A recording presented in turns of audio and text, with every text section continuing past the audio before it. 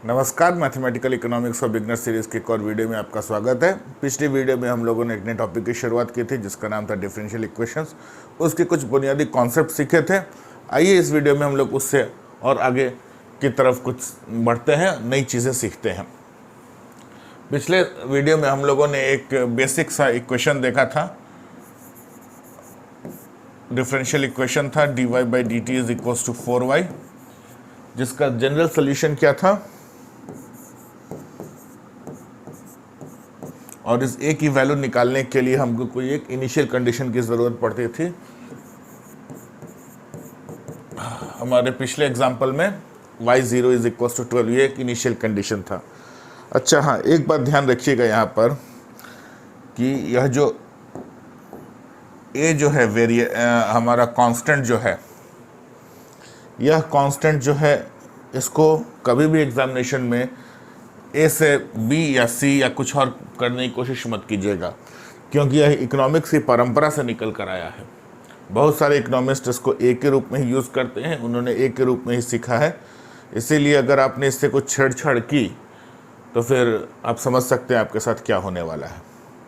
इसीलिए आप लोगों से विनम्र निवेदन है, इस ए को ए ही रहने देंगे।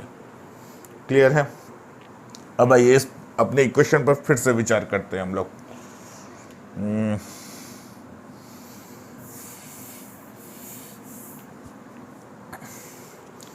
यहाँ पर कोई दूसरा टर्म तो है नहीं, कोई दूसरा टर्म नहीं है, तो इसको हम क्या कह सकते हैं?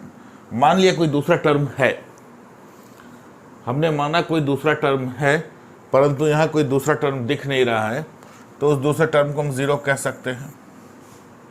कोई समस्या है यहाँ? कोई समस्या नहीं। लेकिन फ़र्ज़ कीजिए कि यदि यहाँ पे ज़ीरो ना होके कोई दूसरी संख्या होती, मान लीजिए 5 होता है यहाँ पे, वैसी स्थिति में हमारा अप्रोच क्या होता?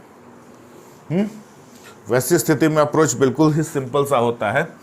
वैसी स्थिति में जो भी हमारा जनरल सॉल्यूशन निकल कर आएगा वह दो पार्ट्स का होता है। अच्छा हाँ, जो पिछले इक्वेशन में जो जनरल सॉल्यूशन निकल के आया था उसमें क्या था? AE4t। इस रिजल्ट को हम क्या कहते हैं? Complementary function.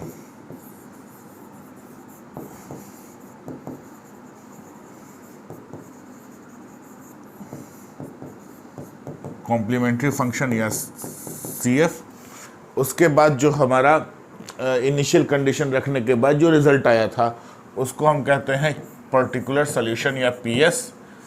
और जो जनरल सॉल्यूशन जो होता है हमारा, जनरल सॉल्यूशन जो होता है वह complementary function plus particular solution, दोनों को मिलाकर हमारा जनरल सॉल्यूशन बनता है। चीज़ें अभी थोड़ी सी समझ में नहीं आ रही होंगी, बस अभी इतना सा ध्यान में रख लीजिए। एक न्यूमेरिकल के थ्रू हम लोग चीज़ों को समझेंगे। एक न्यूमेरिकल क्वेश्चन था, देखिए बोर्ड पर एक क्वेश्चन लिखा हुआ है, solve the differential equation dy/dt is equals to -2y + 100 in the case when the initial condition is y0 is equals to 10, y0 is equals to 19, y0 is equals to 50।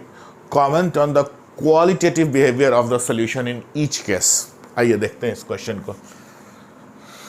Solution क्या है हमारा? dy/dt is equals to -2y + 100। ठीक है, कुछ देर के लिए हम लोग भूल जाते हैं कि यहाँ पर 100 भी है।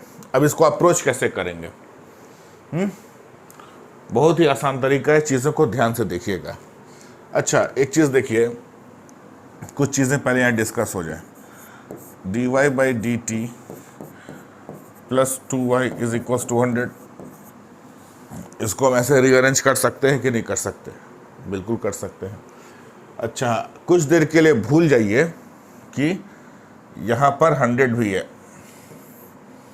इस वाले सेक्शन को भूल जाइए कुछ देर के लिए, सिर्फ इतना रखिए, इतने को ध्यान दीजिए। dy/dt is equals to -2y, तो इसका जनरल सोल्यूशन क्या आएगा? कॉम्प्लीमेंट्री फंक्शन पहले क्या आएगा? कॉम्प्लीमेंट्री फंक्शन इसका क्या आएगा? इसका कुछ इस तरह से आएगा, AE की पावर माइनस है तो यहाँ पर माइनस ही आएगा, -2t, ऐसे ही कुछ आएगा। ठीक है, बस इस रिजल्ट को ध्यान में रखिएगा। अब आइए हम लोग चलते हैं पर्टिकुलर सॉल्यूशन की तरफ। अब देखिए, अब इस इक्वेशन को ध्यान से देखिए। इस dy/dt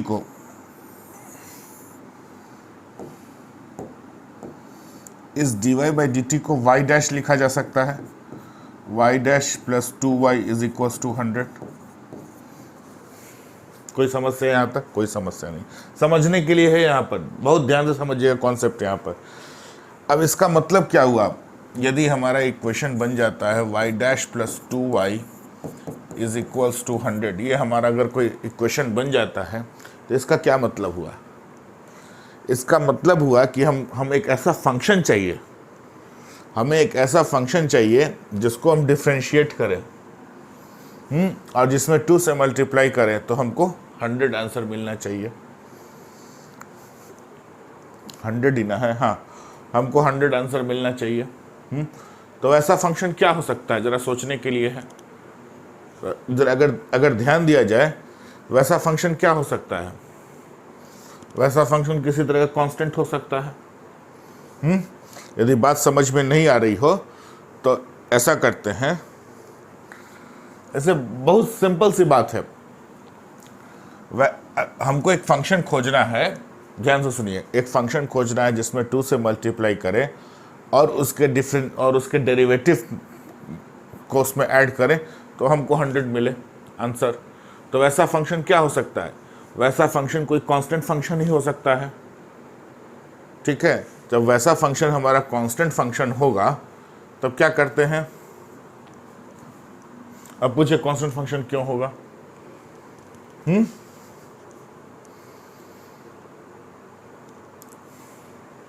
थोड़ा सा दिमाग लगाइए, क्यों होगा कांस्टेंट फंक्शन ही क्यों होगा?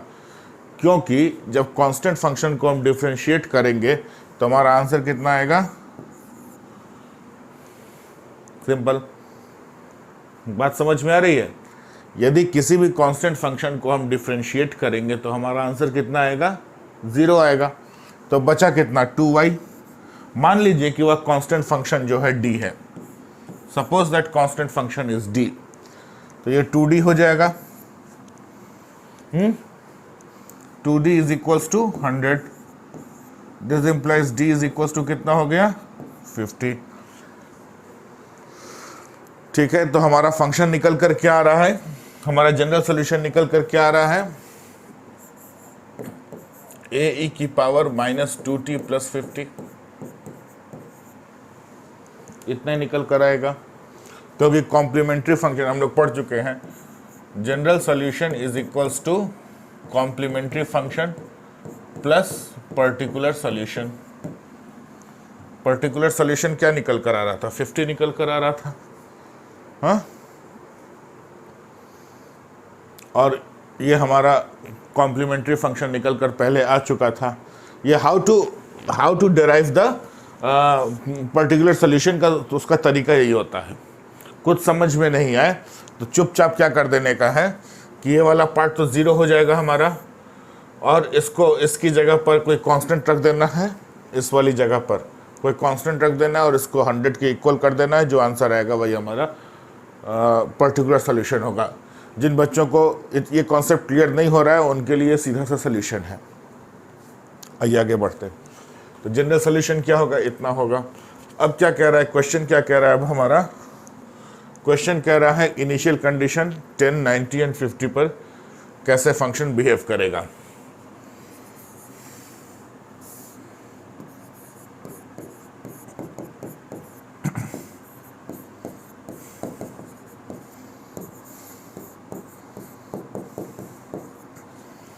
ये 3 बातें कह रहा है ना। तो बस अब इसकी जगह रख दीजिए यहाँ पे। अब देखिए 0, ये 0 जो है t को रिप्रेजेंट कर रहा है, t इज इक्वल टू 0। तो जहाँ भी t है वहाँ पे हम 0 रख देंगे तो इसकी वैल्यू कितनी हो जाएगी? 1 हो जाएगी। तो a plus 50 is equal to 10 हो जाएगा।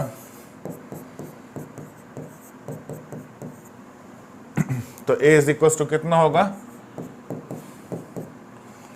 ए इज इक्वल्स टू कितना होगा, -40। सिमिलरली यहाँ पे 90 रख दिया तो कितना हो जाएगा, a + 50 is equals to 90। a + 50 ये वाला पूरा 1 हो जाएगा। a + 50 1 क्यों होगा, क्योंकि t 0 होगा, किसी भी उसका पावर अगर 0 होता है तो उसकी वैल्यू कितनी होती है, 1 होती है। a + 50 is equals to 90, this implies a is equals to कितना हो जाएगा, 40 हो जाएगा। अब आइए 50 पर देखते हैं, यहाँ भी a + 50 इज इक्वल्स टू कितना हो जाएगा, 50, this implies a is equals to कितना हो जाएगा, 0 हो जाएगा। तो हमारे पास इक्वेशंस 3 निकल कर सामने आएंगे, 3 के 2 ही इक्वेशन, ये वाला कंपोनेंट 0 हो जाएगा तो 50 का 50 होगा। अब देखिएगा हमारे पास 3 सॉल्यूशंस निकल कर आएंगे, -40 e की पावर -2t + 50, दूसरा आएगा 40 e की पावर -2t + 50, और तीसरा तो 50 y इज इक्वल्स टू 50 तो निकल के सामने आएगा ही आएगा, क्योंकि a 0 हो गया है। इनमें हमको 3 रिजल्ट्स आएंगे, y 0 इज इक्वल्स टू 10 पे एक रिजल्ट आएगा, y 0 इज इक्वल्स टू 90 पे दूसरा रिजल्ट आएगा, y 0 इज इक्वल्स टू 50 पे हमारा तीसरा रिजल्ट आएगा। अब देखिए सबसे इंपॉर्टेंट पार्ट क्या है, comment on the qualitative behaviour of the solution in each case. हमारे पास रिजल्ट्स क्या थे, रिजल्ट्स को एक बार फिर से लिख लेते हैं यहाँ पे, -40 e की पावर -2t + 50, दूसरा क्या था हमारे पास, y is equals to 40 e की पावर -2t + 50, और तीसरा क्या था, y इज इक्वल्स टू 50। यही था। जब इन तीनों की कर्व ट्रेसिंग करेंगे तो कर्व कुछ हमारा इस तरह का होगा, ध्यान से देखिएगा। ये पहला वाला, ये जो है पहला वाला है -40 e की पावर -2t + 50, ये दूसरा वाला है 40 e की पावर -2t + 50, और ये तीसरा वाला है y इज इक्वल्स टू 50। इसमें एक चीज़ ध्यान देखिएगा, ये जो है कर्व जो है कन्वर्ज कर रहा है कि नहीं कर रहा है। y is equals to 10, y 0 is equals to 10, y 0 is equals to 90 and y 0 is equals to 50। इन तीनों कंडीशन में अब आपको पता चलेगा कि हम डिफरेंशियल इक्वेशन क्यों पढ़ते हैं, उसका एप्लीकेशन क्या है। हमारे पास 3 इक्वेशंस निकले, तीनों का कर्व ट्रेस किया तो कर्व कुछ इस तरह का आ रहा है। अब कर्व की प्रवृत्ति देखिएगा, कर्व की प्रवृत्ति क्या, एक पॉइंट पे जाके, इक्विलिब्रियम पॉइंट पे जाके कन्वर्ज करने की प्रवृत्ति है कि नहीं है, बिल्कुल प्रवृत्ति है। यदि कर्व इससे इधर, अगर मान लीजिए कर्व कुछ इस तरह से बनता तो ये इक्विलिब्रियम पॉइंट से दूर जा रहा होता, परंतु कर्व किस तरह का बन रहा है, कर्व कुछ इस तरह का बन रहा है, कर्व कुछ इस तरह का कन्वर्ज करता हुआ बन रहा है, कन्वर्ज करता हुआ बन रहा है, और ये पॉइंट ऑफ हमारा इक्विलिब्रियम है मान लीजिए, तो इक्विलिब्रियम की तरफ पहुंच रहा है। यानी कोई भी सिस्टम अगर इक्विलिब्रियम की तरफ पहुंच रहा है, कन्वर्ज कर रहा है और इक्विलिब्रियम की तरफ पहुंच रहा है, तो वैसे सिस्टम को हम क्या कहेंगे, स्टेबल कहेंगे, अनस्टेबल कहेंगे, स्टेबल कहेंगे। इसका मतलब कि यह सिस्टम स्टेबल है, और इस तरह से आपकी परीक्षा में ये प्रश्न आते हैं। एक चीज़ और ध्यान रखिएगा, कोई भी सिस्टम स्टेबल है या अनस्टेबल है वह देखकर कैसे पता लगाते हैं। ये इतना प्रोसेस कर दिया, लेकिन कई सारे कॉम्पिटिटिव एग्जाम्स में हमारे पास टाइम बहुत नहीं रहता है, हमको सिर्फ क्वेश्चन देखकर ही बताना है कि whether the system is stable और अनस्टेबल। वैसी स्थिति में हम क्या करते हैं, वैसी स्थिति में हमारे पास एक छोटा सा फंडा होता है। आइए देखते हैं, इसी सिस्टम को देखते हैं। ये क्या लिखा है यहाँ पर, dy/dt is equals to -2y + 100। इसको हम एक जनरल फॉर्म लिखने की कोशिश करते हैं, जनरल सोल्यूशन है, जनरल फॉर्म। जैसे हम लोगों ने जनरल फॉर्म एक लिखा था स्ट्रेट लाइन का, कुछ याद होगा तो y is equals to mx + c, कुछ उस तरह का जनरल फॉर्म लिखने की कोशिश करते हैं। dy/dt is equals to M Y plus C.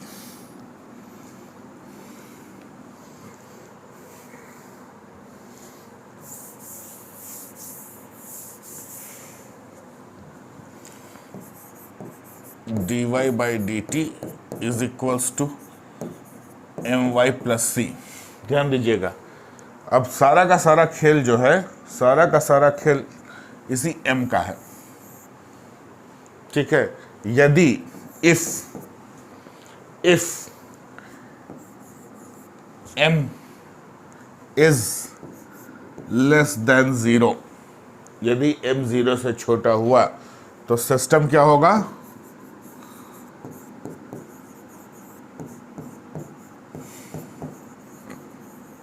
Stable होगा।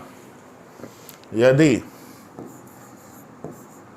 m इज ग्रेटर देन 0, पिछले क्वेश्चन में क्या था हमारा, m इज इक्वल टू -2 था, 0 से छोटा था, सिस्टम हमारा स्टेबल हो गया। अब आप लोग कोई क्वेश्चन देखिएगा किताब में जिसमें m 0 से बड़ा होगा, उसी को थोड़ा सा चेंज कर दीजिए, D Y by D T is equal to -2y plus 100 था ना, उसी को आप लोग 4y प्लस 50 करके सॉल्व करने की कोशिश कीजिए। D Y by D T,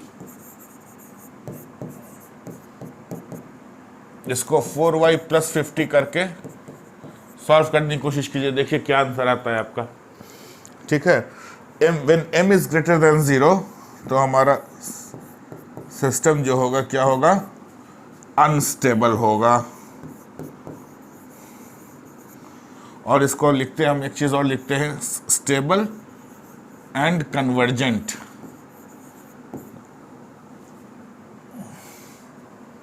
ये देखिए कन्वर्ज कर रहा है कि नहीं एक तरफ, और अगर अनस्टेबल सिस्टम होगा तो ये इस तरह से कुछ जाएगा, डाइवर्ज करेगा, ठीक है। When m is greater than 0, the system will be unstable and